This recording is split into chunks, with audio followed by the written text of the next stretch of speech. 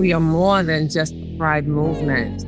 I mean, and that's what I really looked at, because when I saw Power Beyond Pride, I also have this thing where I believe we should fly the flag 365, because places and spaces, it always bothered me that, wait, you're so inclusive in June, or you're ready to promote a thing, but we exist 365 days. Hello and welcome to Power Beyond Pride, a weekly queer change-making podcast bringing you voices and ideas from across our fierce and fabulous spectrum to transform our world. My name is Mattie. I am one of your hostess with the mostest, and I am typically the loudest laughing person in the building. And I am here with my wonderful co-host, Mr. Shane Lukas, and I'll let him introduce himself. And I'm Shane Lukas, lifelong harm reductionist, queer liberation activist, owner of a great idea, and the person voted most likely to have his death nominated for a Darwin Award. Mattie and I are your co-hosts for today's Queercast journey.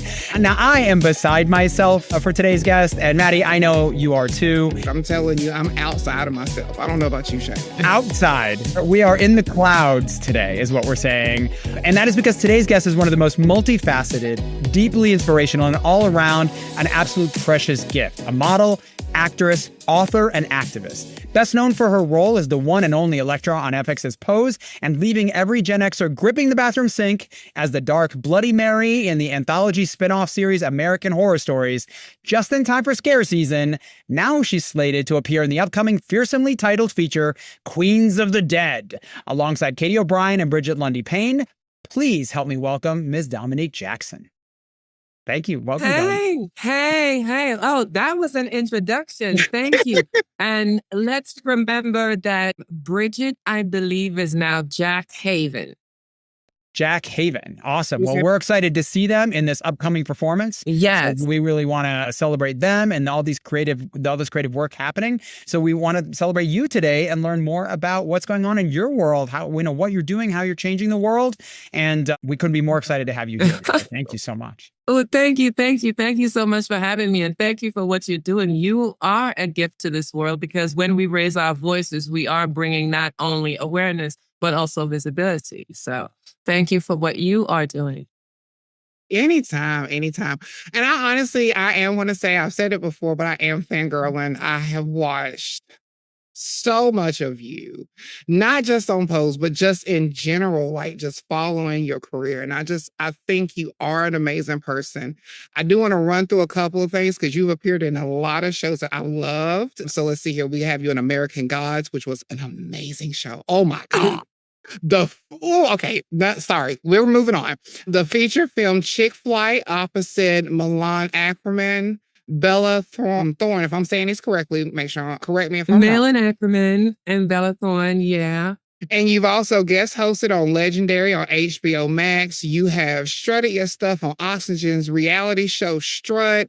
And you have also released your autobiography, Transsexual from Tobago, just to name a few things off of your resume. So I guess my first question would be, when do you rest? When do you sit down? Well, I've had a lot of rest with the strike that occurred in 23. World cringe. Then there was the fires in LA. And, I'm so grateful that, people were able to save something from there. Many people lost a lot, but we didn't lose a lot of lives. So I'm really grateful for that. There was that, which halted work. And then there was a new administration. So in that time, I had time to catch up. My body had to catch up with everything that was happening. And then I got some time to rest, which I believe some of my friends told me would have been a time for them to really panic. But I really didn't panic during the strike. I have kind of gotten myself into a place where, for me, I know that many people have many different faiths, but for me, my faith is in God. And I believe that faith at times, my faith is not tested, but tried. And so for me, it was like, okay, what's happening here? And so I honed into a positive perspective and thought of the strike and everything as the universe's way of saying, you know what? During this time, you will rest because there's nothing you can actually do but use your voice. You can show up when you can, but to really try to take care of you, because you can't fight a battle if you're wounded, you're not fighting at 100. So I did a lot of catching up, and then now I got back to work with Garden State Equality, they housed the Venus Pelagati program from the documentary we did, which is called I Am Your Venus, which is now on Netflix. And then I was so fortunate to be able to do Queens of the Dead. Tina Romero saw me and my manager called me and was like, I want to work with you. I was one of the first people called for that film. And I was like, hey, yes, and it was low budget. So coming from Pose, and don't think we made millions of dollars off of Pose, because gosh, then I wouldn't really need to work again. But y'all looked like $1 million. So I want to call it out. Y'all looked amazing. Now the wardrobe Lou Erich is amazing, I must say. And then Anna Lucia, Anna, she was a fan. The team, it was really, so coming from Pose, it was like, okay, I'm making enough that I could say, all right, yeah, I'm good. And then to nothing, it was like, oh, wow. But the work for itself, yeah. So I did get time to rest, and I did get time to heal. And as I say heal, I mean heal my me, my soul, my body, comprehend a lot about myself. So yeah, I do get time to rest. That is good. And I was going to say, being in the industry, there's a lot of up and down. Like you could be working today, not working tomorrow. Things happen. And because growing up, I grew up in the industry as well as working in it. I can definitely understand that. I do want to ask, what was it like when you first got the call for Pose? What was going through your head? Like, because I know for me, whenever I first got my first big TV show asked to be on reality TV, it was just like, me? Wait a minute, who, me? You want me? So what was going through your mind when all that was happening? So for me, for Pose, I didn't think I was even a contender. Because when I sat there, it was so open. I saw all these other women, these brilliant actors. I had no idea there were so many trans actors out there, furthermore, Black trans actors out there. So for me, it was like, oh, wow, come on. They have already been here. I'm really trying to start. I'm already 40 years old. I already had my 15 minutes with a strut. So, hey, girl, this is not even your league. But I was in bed. I was still recovering from bottom surgery, my happy surgery. And I got the phone call and I couldn't believe it. I thought it was a joke. And I was just like, no, no, no, no, no, no, no, no, no. And then something hit me. And it was like, this is what you prayed for. Oh. It was like, this is what you prayed for. It was like, you were asking for this. You were asking for this opportunity. So what are you going to do with it? And I just started to jump for joy. I was jumping on my bed. Because I had come from immigration issues. I had come from a lot of heartache and pain. So it was like family issues, everything. So Strut gave me that oomph. And then after Strut was not renewed, I started working at Destination Tomorrow. So all these things were lining up. And I was like, well, you know what? He's taking care of me. The universe is taking care of me. So I'm not going to, think. So I'm good. So when Pose came along, it was like thank you for the opportunity, but blah, blah, blah, blah. But listen, I'm having surgery. Like in between the first and second call, I actually had my happy surgery. This is my happy surgery. This is my impersonation of it, because this is my journey, and everyone's that is trans, their journey ends in a different place, and it doesn't make us any less of a woman than we are. But for me, my version of womanhood was that surgery. So I was in that very happy place. And then Pose came along. So I was like, never get this. But I worked so hard for it. I was up with the thing. I was working at Destination Tomorrow, and I was like director of programs then. So I was like working, we were really out. Sean was just starting and building the agency. And then here was Pose. I was like, it's not going to work like this. You're not going to give me this great thing, and then you're going to give me that great thing too. Right. So forget about it. And they called. So I was jumping on the bed, flipping on the bed. I had my puppy Scooter at the time, and I was just like grabbing him because he helped with my agoraphobia. Because he was one of the only reasons I got outside. So I was just in that space of like, it was work and Scooter. So when all of these, well, it was Scooter, then I made it to Strut. Strut was done. Work was like a block away from home. So I was like, yeah, you have blessed me. I don't have to get on trains to go to work. I don't have to do any of that. Now I have my puppy, so everything is good. So what? Wow, what you? There's so many other people out here that need stuff, right? So why would you just come and just dump this all on me? But I'm going to take it. And I was ecstatic. I was ecstatic. I was just like above the moon, just thrilled. And I knew I had hard work to put in. I knew it was going to be work, but I was prepared for the work. I didn't see the fame of it. I saw the story that was going to be told. I saw what it would do for our community. And I was like, I have to be my best, because guess what? It's pouring. It was raining. Now it's pouring. So yeah, I'm not taking an umbrella for this one. I'm standing. Well, that's why I'm not just like a fangirl about your amazing performances. Like your performances, or your entire, history performances, what's to come is exciting, right? But as somebody who's a lifelong activist, I'm also a fan of you as a change maker on so many levels, right? Like that you've always seen yourself as somebody who's able to take action in communities. And while we know you're an influencer and your social media has just, obviously blossomed with a lot of your appearances and all of that, like how would you describe this move from, community organizing, like you mentioned with Destination Tomorrow, which is a phenomenal program, to, how you're using that success today as a form of activism? Well, see, for me, activism is actually, I'm shy. I really am. And TikTok and social media, dancing and stuff is my way of connecting with the world while being and admitting finally that I am agoraphobic. So it wasn't intention to say, oh, I'm going to go out there and show the world that trans people can be happy and can live life. I was just actually being myself and just doing the things that I knew that we could do. And then as a human being, I'm seeing that other people in my community share my story, relate to it. I'm seeing that there are other things going on in other communities. So I just wanted to say, hey, people are watching me. Why not spread the word about these things? Maybe someone can help. Maybe that's what we can do.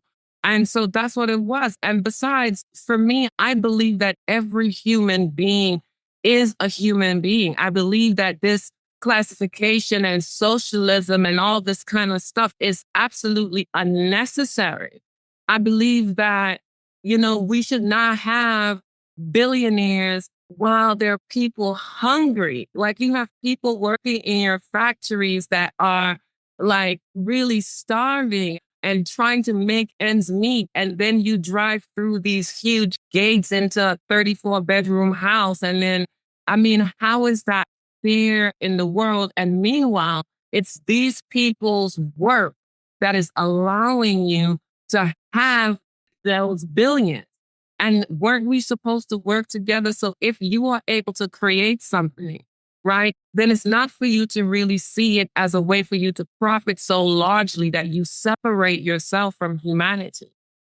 That's powerful. Yeah, and I love what you're sharing in terms of like you have to come to those conversations where you're at, and that oftentimes when we're carrying the banner of an identity or a community that we're part of, but may not it intersects with so many parts of ourselves, right? Like you're not going to be able to tick every box in every place. Like you have to deal with your own stories, your own journey, your own place, and sometimes that's part of recognizing that an identity is one layer of many that everybody brings in the room, and when society like holds us, causes us harm, causes us cruelty, related to some of those identities, then it's our job to kind of say, hey, look, we're all engaged in this. We all, if we treat each other like human beings and we build a world around treating each other like human beings, we're all better off. And I think, you sharing your story and being able to share those truths and support that through your different channels is saying like, here I am, this is me just living my life, but like, we're in this together. Like I'm here for whatever channels and you're using your work to do that, which is just, again, I appreciate it so much. It is just really powerful. So thank you for that. Lukas, thank you. Thank you. And, as we go to break, I was wanting to piggyback off of what Shane said. I think you being your authentic self is the gift itself. Because so many times we see people stand up and say, I'm talking about mental health, or I'm talking about agoraphobia, I'm talking about this. But if you don't deal with it firsthand, you can talk about it all day, but it's a difference when you experience it and live it. So you just being who you are authentically and just letting that show, it makes people understand and realize I'm not alone. I'm not here by myself. And that's another motivation that I actually have to do it now. It's because I was looking at, people always said, don't read the comments, don't read the comments. I love social media because it was a way for me to, I love dancing and stuff like that. But it was like, I read the comments and I was reading that, people were inspired at times. And then there would be the negative comments. So I had to fight with that and say to myself, well, what are you going to view? Are you going to deny those people who are being inspired, but those that are actually uncomfortable with themselves, so they project that onto you and try to destroy you? So it was a way for me to really build myself, build my confidence, and show people that we can. And that's what I do too. Black trans women, I want them to know we can. And how do we know that we can if you see me and you only see the tip of the iceberg?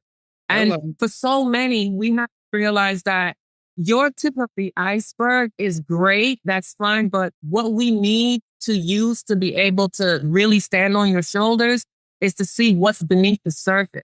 It's to see how you got there.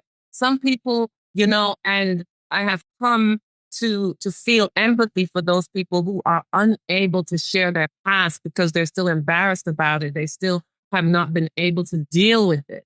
For me, it was very difficult dealing with my past. It was very difficult facing all of those things. But it was sitting in Callan Lord, I think it was in the year 2000, when I was so devastated about the results of an HIV test. I had not been tested. I was, the molestation with the priest, all that stuff had occurred. I was ready to stand up. And so I went to Callan Lord, finally, the fears all put behind me. And it took 2 weeks. That Western test, oh gosh, devastating. So anyway, I go through all of this, and as I am sitting there and I'm almost perspiring, nervous about going, if I should even just want to find out, I see people come out and they are devastated. And I too start to feel that, and I go in and I come out and I sit with them, and that was excruciating too, because they really made you feel like something was wrong with you before they told you were negative. And when they told me I was negative, I was ready to scream and jump for joy. But as I walked out, I saw all those people and I realized that I may not have been infected, but I am affected. And so from then it was, you have to lend your voice. You have to turn around and help people. The gift that you have may seem like it could make you all the money in the world, but it's worth nothing really if you don't help others, if you don't assist others. And helping others does not mean fixing their problems. Sometimes it just means that you're just there. Wow. Thank you for sharing that. And we're going to take a quick break, but we want everybody to stay tuned to this superstar episode of Power Beyond Pride, because we're going to come back and talk a little bit more about how, Dominique, you're really impacting others in the entertainment business, but also other community members in your work, as we had continued conversation with actress, producer, and dare I say it, changemaker extraordinaire, Dominique Jackson.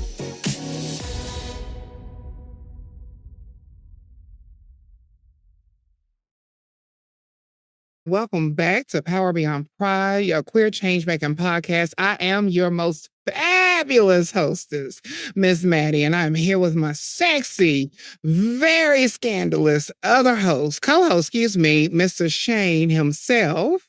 And we are both, fantastic, not just as people, but we are FAN fans of this person, with the amazing Dominique Jackson, having a beautiful conversation about life in itself. And I thank her for being here with us. And like we were talking before we went to break, and you was telling me about how you sat in the bed thinking about the moment when you first found out about Pose. And it's funny how I'm sitting here now laughing because this morning before we recorded, I was doing the same thing. I'm sitting in bed. I'm like, God, is this really my life? Like, am I really at the place that I said I wanted to be? I remember praying for so much to get here. And I'd be like, I can't wait till it happens. I can't wait till the promise is finally given back. And, because his word doesn't return void. And now that we're walking in his promise, it's almost like, this is it. Am I awake? Am I in the moment? Am I enjoying it? And then most importantly, am I honoring him and doing what it is I was supposed to do with it? So I totally agree with you on that one. I do want to start back in and ask this one. Wait, 1 second. You were praying to meet me? Yes, I was. Really? I mean, okay, so here's the thing. So I am a person that loves watching TV shows, but I don't fangirl over shows because I'm that person. Like, I don't know. Like, I don't never really fangirl over stuff. But when I watched Pose and me and my mom sat down and watched it together, it was so funny because I was like, I love MJ's character. My mom was like, no, you are Electra all day. And I was like, how am I Electra? And she was like, because you're dominant, you know what you want in life, you're charismatic, you're flawlessly gorgeous, and you are my child. So why would you not be Electra? So then I started looking at your character and I started realizing, I was like, you know what? Let me get to know more about Dominique Jackson. So it's crazy because I auditioned for Pose at one point. I wasn't upset that I didn't get it because I was okay with it because I was like, there's so many beautiful women on the show.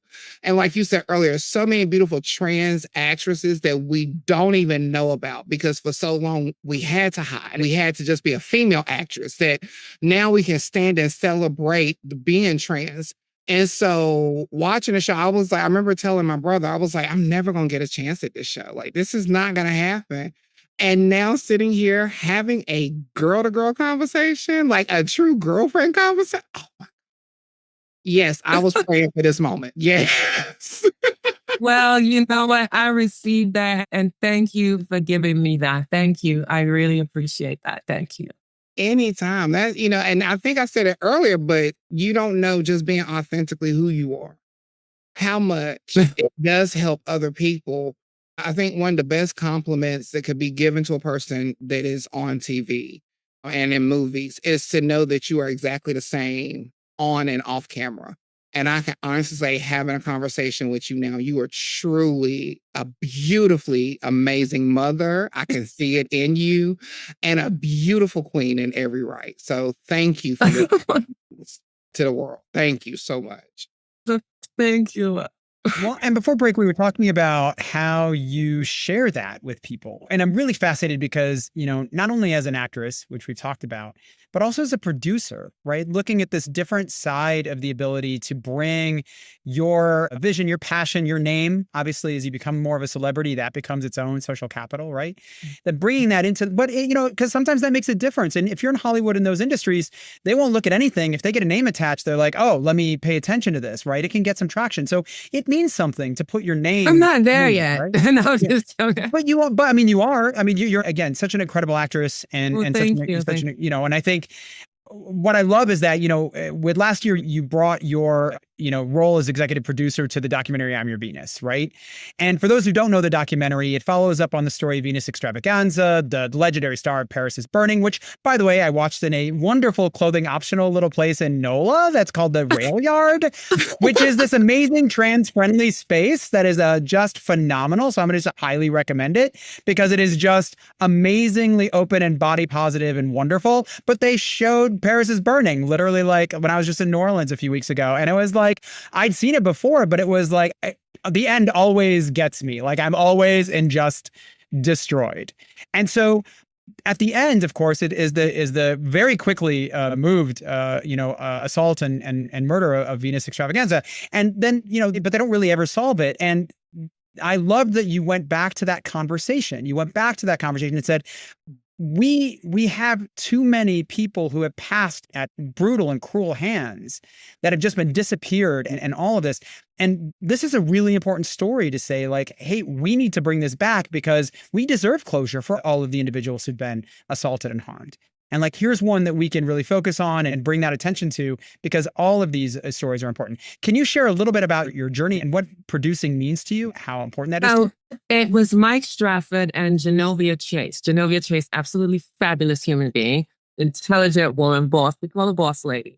And they called up. They have been working to get the brothers. Actually, one of the daughters, Venus's niece, wanted to get the tombstone changed and put her name, Venus, on it. And that was amazing. And from there came everything. They wanted to reopen the case and solve it and just bring justice to Venus and the community. So we were on the mission to solve the case. I was attached because Venus was like my story. It was Venus that kept me alive, because listening to her story made you think twice a lot of times. It made you aware. The older girls would say to me, remember Venus, remember Venus. Where are you going? Remember Venus. Make sure you go to this hotel. Make sure you don't go here. Make sure you don't do this with them.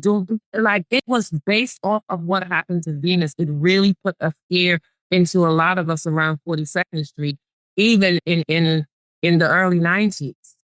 And so as I did the documentary Defining Moments with Ozzy, I realized they used the clip of Venus, and Venus transitioned into me walking on the pier. So from there, it was like, I put all these things together and my knowledge and how much it meant to me. And it was like, you know what? I want to be a part of this. And so happy that we did, because now what we have is on Netflix. We're showing the world in this time how the ballroom family and the biological family came together. The biological family is actually opening up and being vulnerable and being real and true and showing that, listen, we could have done better. And it was their truth. They were so real and true about it. The connection that we now have, the way that they connected with Giselle from the House of Extravaganza and Auntie Coco and the members of that, they call themselves extravaganzas now. And here's the thing. They changed tombstone. Her name is now Venus Pelagatti Extravaganza. So the families put it all together because that was a part of her life. That was her family. Please go watch the documentary on Netflix. It's called I'm Your Venus. And you will see I won't give you all the details because you probably know we were unable to solve the case. But what we got out of this is a bond of what family really is and how chosen and proven family can play such an important part in your life. And that's what I wanted to align with that. And I wanted to bring the world us. And because of Genovia, she is so authentic and so true to community and everything like that, we were able to direct him Reed into understanding what it really meant to be Black, to be of ballroom culture, to have lived through some of the sufferings that Venus has lived, to understand what the possible extravaganza could possibly be. And it's beautiful that the family and the ballroom culture can come together, because a lot of people don't realize that we went to ballroom because we didn't have family. That became our family. So now to be able to see the bridge of family and community family and all of it coming together, it really does give hope for the younger generation. Because I know even now as I get older and I'm talking to younger LGBTQ plus youth, and I'm just, I laugh because I'm like, honey, you ain't even lived life yet. Calm down. Like, I know it's true, but you ain't even got nowhere yet. I promise. But two, it's almost hardening because I was talking to one of my babies the other day, and he's 25, and we were talking about the I Am Venus and talking about Paris is Burning, and he's like, I've never seen it. And I'm like, yeah, how do y'all not know that this is your history? This is your culture. Like, I need you. Because even when I was talking about ballroom scene one time, and he was like, well, what's ball? Baby, there's so much I got to teach you. Like, you got so much to learn. So I'm grateful that Netflix embracing that we have these documentaries. Yes, but you know something? I think that we have to at times treat our younger folks as us in our younger days and think about the way that we desire to learn and now find ways that would match that. And so for me, one of the ways is I incorporate certain things. I let them try to discover themselves. Hey, here's this documentary. You may not align with it, but it's something that can teach you. And I've been very fortunate to be in spaces with youth that actually desired to understand their history so that they didn't repeat it. Mm-hmm. I love that. I love that you're connecting again with generations, because there's also a case where their version of coming to themselves, right? Coming into themselves is going to be different. It's going to live in a different world. It's got different opportunities. Like they will have experienced pose, right? Like I remember growing up and I came out at 17, there weren't stories of queerness that were out there in a lot of public spheres for me to be able to access. Even Paris's Burning wasn't something that was publicly available, right? It was something that lived very much in these sort of indie doc houses and stuff like that. So, as a young person in the Midwest, and I think about, again, all the queer people who are growing up in all these parts of the country who now have access to these stories, to these models, to these places that you're part of this conversation. Like you said, there are so many talents, but also so many stories that get to be told with all of these identities in tow. And so I want to also draw our attention to one of those really important stories that is coming out this week. So we're really excited about it. We've been very serious, and one might even say dead serious about the things we're talking about. But now you have an upcoming role in the Queens of the Dead, and the title's just giving me chills already. So I'm because I'm a huge horror movie fan, so I'm pretty excited. And the title sounded familiar to me because, of course, I know Night of the Living Dead and Dawn of the Dead, both classics by the infamous George Romero, and this one is coming from his daughter. Tell us more. Yes, his daughter Tina Romero, who actually went by DJ Tricks. She's a DJ also, fabulous DJ, played at the Rabbit, I think. And so Tina Romero, she just wanted to do something that was her, but spoke to the community. And she wanted us to address us within ourselves, because there is such angst in between the community. I was just unfortunately, looking at an Instagram post of where a gentleman was speaking so very, how should I put it, confidently about his feeling that the T should not be with the L, the G, and the B. And, in his tirade, he made a valid point. And one of those valid points is that, yes, the L, the G, and the B are sexual orientations, and the others are identities. But when you have a society who casts everyone out and segregates you so that each one is a minority, when you combine, you become the majority, and now your force and your fight becomes more inclusive than when you stand separated. So Queens of the Dead also addresses the political climate that we are under. It also addresses our views on how we connect with social media and stuff like that. And I believe that it's interesting. So it's also funny, and and I really enjoyed it. It was so hot when we were filming. It was like sweltering heat last year, July in Jersey. No budget. Everyone was really like just showing up and participating. And, it felt again like Pose. It was like family. Those are the sets that I really appreciate. We were laughing with each other. Everyone was excited to be there, to be a part of it. It wasn't about, oh my gosh, where's my trailer? And oh my gosh, well, they're feeding us this today. And what are they feeding us tomorrow? And when is my car going to arrive? My fiance was driving me back and forth on days at 6 a.m. when I had to show up, if I had to show up at that time. And we were getting it done. So this movie, a lot of real hard work and stuff was really put into it. And it didn't come from a spoiled space. It came from a space of really, truly wanting to put something out there. So I believe that this is now going to be one of the first movies that it's a majority queer cast. And horror movies, I believe, I don't want to misspeak, where it's a majority, and I can't give anything away, but when you see, you will see how inclusive and how real it is. So when they showed us horror movies and things are happening and you have the one gay person that showed up, now you get to see it from our entire perspective. And we were even inclusive of straight people too. You know what? Then we have to make some space for them. They have to be here somewhere. I mean, I guess if we have to, I guess there's that. So you know what? I will always thank straight people. I mean, I know that cis people, a lot of them, well, not just cis people, well, a lot of the cis baby making people can be really confused because, I am very grateful to them because we can't make ourselves. So it's true, but it's fun to try. It's fun to try. Well, I'm just saying, I give it the old college try as much as I possibly can. Just the whole thought of it now just made me not even want to have sex again. Because now you're like trying to have a baby. I'm like, wait, no. I broke sex with Dominique Jackson. I feel terrible. No, wait. I'm like, wait, that's what sex was for? No. You should be ashamed of yourself. I'm done. No, I'm joking. I'm ashamed of myself. I'm ashamed of myself now for having broken sex with Dominique Jackson. I feel terrible. Oh my God.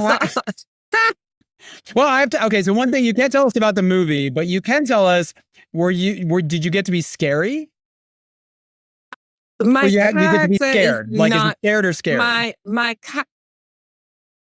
I really couldn't tell you without giving it away because I can't give it away. Okay, just ask the question. Shane, leave Dominique alone. See, that's why I'm here, people. I'm here to also regulate. Shane is nosy and he be asking too much. So I'm going to throw my no spoilers.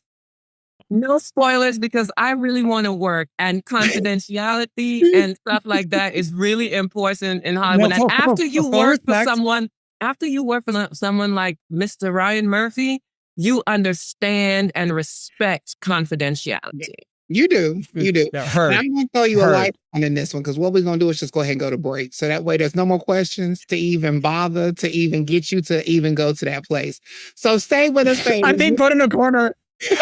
We'll take a quick break and we'll be right back with the amazing Dominique Jackson.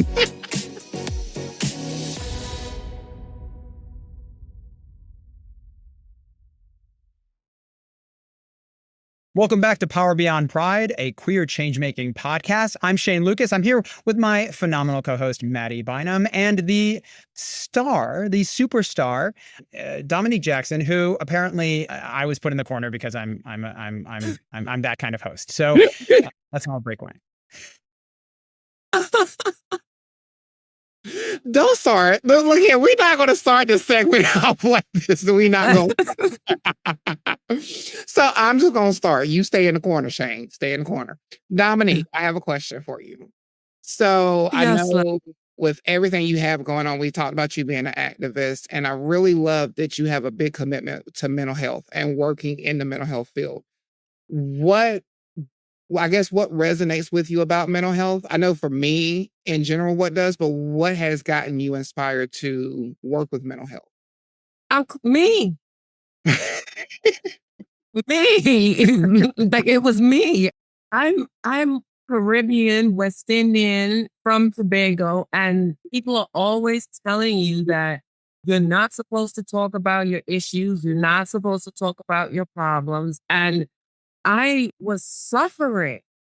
I was holding on to so much that, a child, being molested as a child is something that you just don't let go of, and you might think everything is okay, but it really isn't. These are things that you have to deal with at some point, and it helps to free you, and it was just, and through that molestation, that is why I believe I thought I was HIV positive. So that was 8 years of my life that I woke up every morning suffering, thinking something was wrong with me, thinking that I had lost my family.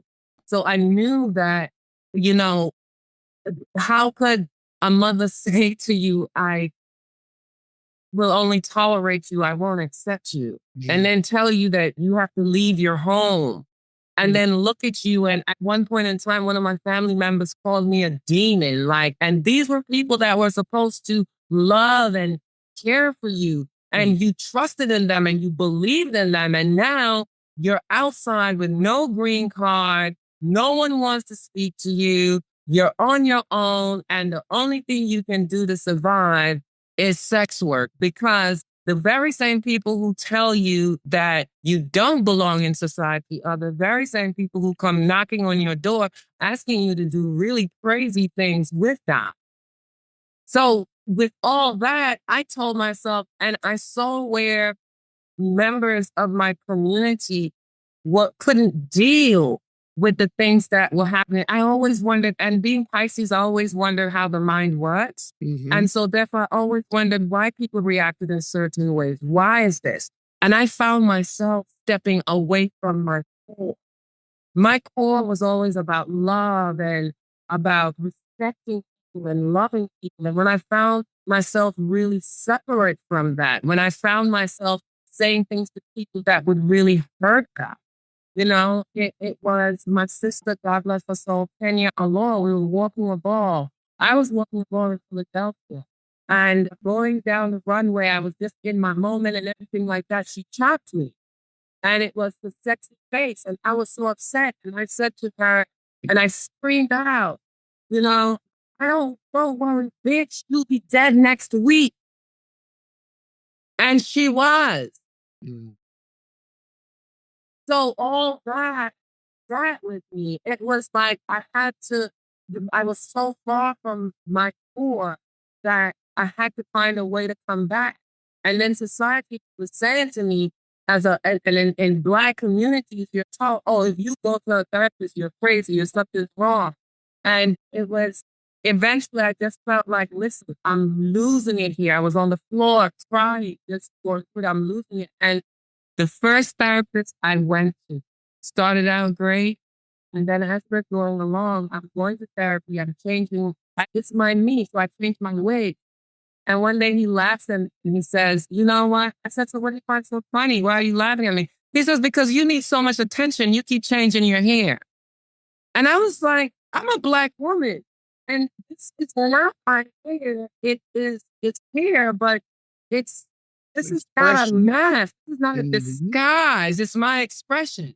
And one of the people I was working with that belonged to an organization was helping me pay for that therapy. So I said, let me keep going, because there were parts that were working. I was starting to feel like someone was, hey. So then another time they just didn't show up for the appointment and told me they forgot. So then I went to another therapist, and when I told them that I wanted bottom surgery, they showed me all the most horrible possible pictures and told me all the worst things about a gender-affirming surgery that they could possibly do. Told me that trans people didn't exist, that you could be gay, but there was nothing further than that. And so I was just shook in a corner. And then I finally found the right person. And when I found her, Shira just turned my life around. She made me see me, and she took time with me to face me. And so that's why I got into mental health, because I know what seeing a therapist did for me. I know what I held on to and what I had to let go of. And I know that a lot of my community is in need of that therapy. A lot of us are in need of someone to help us that is not going to use that as a weapon against us. Yeah. And she made me feel so safe. And so that's why I will always be an advocate and an activist for mental health. It's very important. And then look at what we're facing. I talk about agoraphobia now, and I know we have a limited time, but if they can extend it, fine. I know I talk about agoraphobia now. I would never tell people I was agoraphobic. But now I'm hearing my sisters talk about not going outside. I'm hearing women in the community and in a Black community talking about they pay someone to go to the store for that. And I'm saying to myself, outside is beautiful, so I have to work to get back there. I can't let laws and legislation and the fact that I was strangled within moments of my life and all this stuff stop me. There's a constant battle. And I share that with the world, and I share that with everyone, because I always known that when I was at my lowest, I was looking for people that were like me, that were facing it. And when you're not having a green card and immigrant, you're looking for other people to be able to say, well, you know what? I don't have one too. And there was no one that would say it.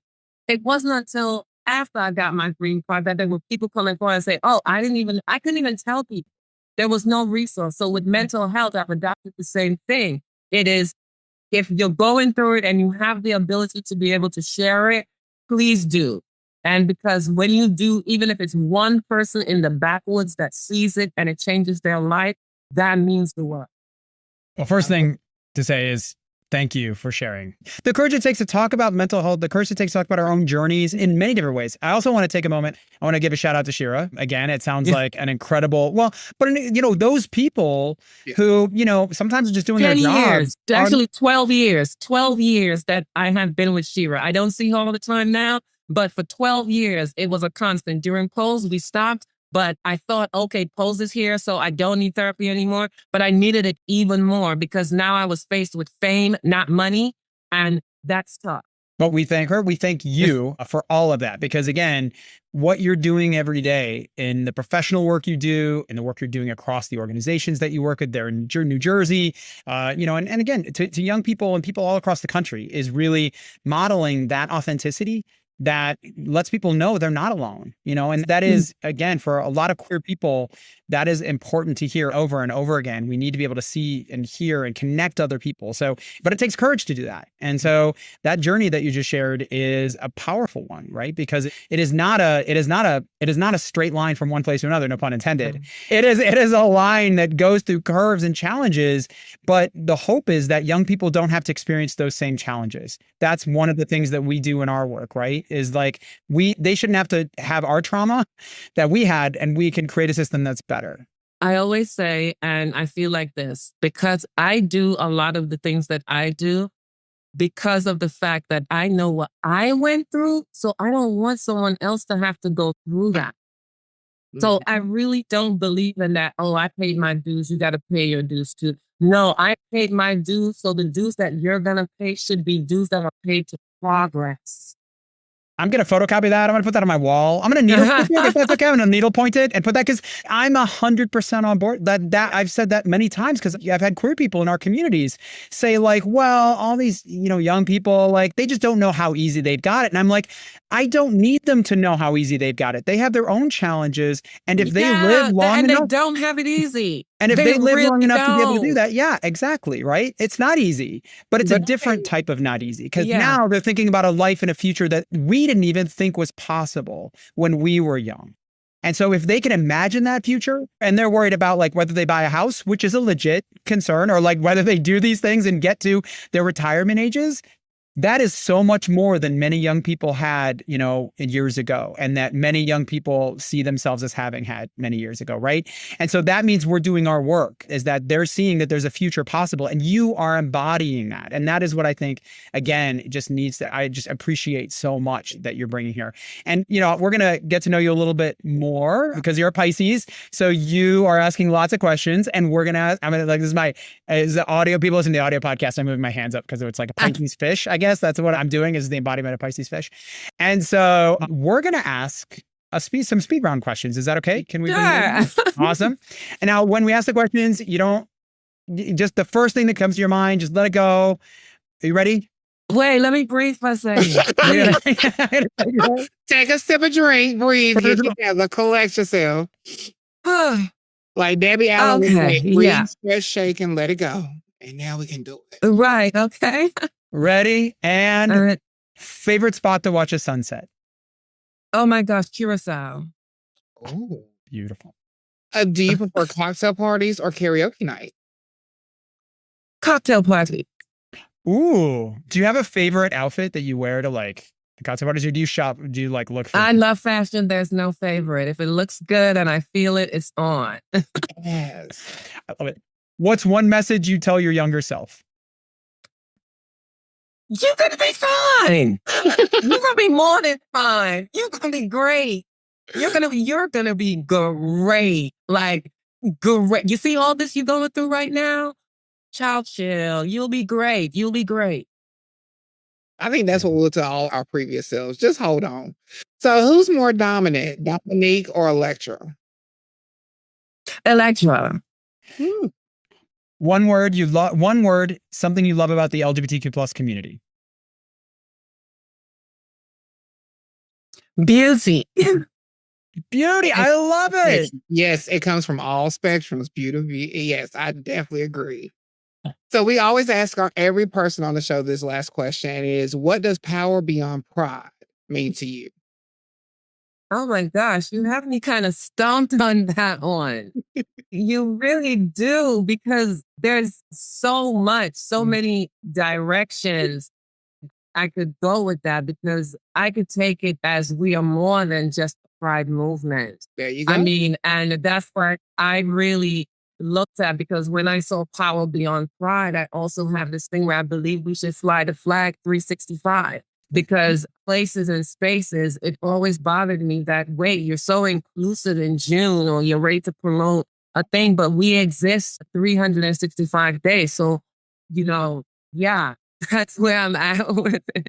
I love that answer. That's a beautiful answer. Yeah. That's a beautiful answer. Absolutely. So, in addition to catching Pose on all the streaming services, and I'm Your Venus on Netflix, Queens of the Dead in theaters starting this month. October 24th. October 24th. Yeah, I can give you a date. Where else can people follow you and your work? Well, I am Dominique T.A.R. Jackson. No, wait, it's Dominique T.A.R. Jackson on Instagram and on TikTok. Or on TikTok, you could also find me as Dominique T. the Butterfly. The butterfly is because that's one of, I believe, like my spirit animals. I'm a mermaid, I'm a butterfly. So in my head, I'm a mermaid with butterfly wings, with this intelligence and symmetry of a panther or a cougar. So it's all mixed up. I am loving all of this, and all of them at the same time. But the butterflies, because I felt like becoming me was a cocoon. And so it was like a second puberty, and it was a choice of really being able to delve into me. And so during that cocoon period, I was Tyra Alora Ross, because that was the name, the stage name, everything like that. And when I emerged from my cocoon as Dominique, being able to embrace all of me, Tyra was a part of that. So, yeah. So the butterfly is symbolic of being able to be this one thing and then not even transform, but grow into something that is beautiful. That also understands that you can let the rainstorm come through and wait so that your wings don't get wet. I just feel like that was a mic drop. So I'm taking you. I think the whole conversation's been a mic drop, Shane, to be honest with you. Like, you have left us with so many gems. So many gems. And we thank you so much for being on this podcast. We are sadly out of time, but we thank you so much. Everything that you are doing, you have done, you're going to do, just representation of yourself and of the community. We, as a collective, we say thank you. We say thank you. It takes a lot to stand up and be a beautiful Black woman. It takes a lot to stand up and say, I've suffered with mental health. It takes a lot to stand up and just say, I am here for you. And so we thank you for that. Well, thank you, my loves, and thank you for your work. And Mattie, you keep going, my love. You keep going. Show up for those auditions. Keep going. Don't stop, right? Oh, I'm not stopping. Look here. I'm like Jennifer Lewis, honey. I'm just getting started. I'm just. There we go. Yeah. And like Mattie said, I want to thank you for being here, for sharing your experience, your insights, your talents, your vision for change. All of it just means so much. And while we are out of time, we do hope you'll join us again, in different stages of your journey. Please join us. We would love to have you back. Well, thank you so very much, and all the best to all of you. And just remember, it's really simple for us to just love each other. That's it. And so I am Mattie, one of your co-hosts here on Power Beyond Pride. You can find me at Instagram, Mattie Simone 737. Also on Facebook as Mattie Bynum. And lastly, I just want to echo, like Shane and Dominique have both said, you're not alone. People who are listening to this podcast, if you can't take nothing else from it, we are a community. We are here together. We are standing together. Don't ever feel like you're alone. Yes. All of that. And I am your co-host, Shane Lukas, and I am the non-superstar of this discussion today. I have all superstars around me all the way around, so that is amazing. I'm a lifelong harm reductionist. I am a lover of communities and bringing people together. And like I said, I'm probably the person most voted to get a Darwin Award most likely in my life. You can follow me at shanelukas.com or greatidea.com. Remember to subscribe and get your friends and their friends and all the friends that you have to subscribe to Power Beyond Pride on Spotify, Apple Podcasts, or wherever you get your podcasts. And check out our site at powerbeyondpride.com. Power Beyond Pride is a project from A Great Idea, a queer-owned design and content agency. Learn more about them at agreatidea.com. And this episode is produced by Shane Lukas, that'd be me. Mattie Bynum is the project developer. And we are, by the way, we are members. Well, Mattie's going to say that in a second. So our editor is Jarrett Redding. I'm just jumping through. And we have support here from Ian Wilson. And as Shane was just saying, we are just a part of a host team, collective of 7 people, beautiful personalities. And we invite you to always send in your questions and comments to Power Beyond Pride because we all have a different expression to answer your question.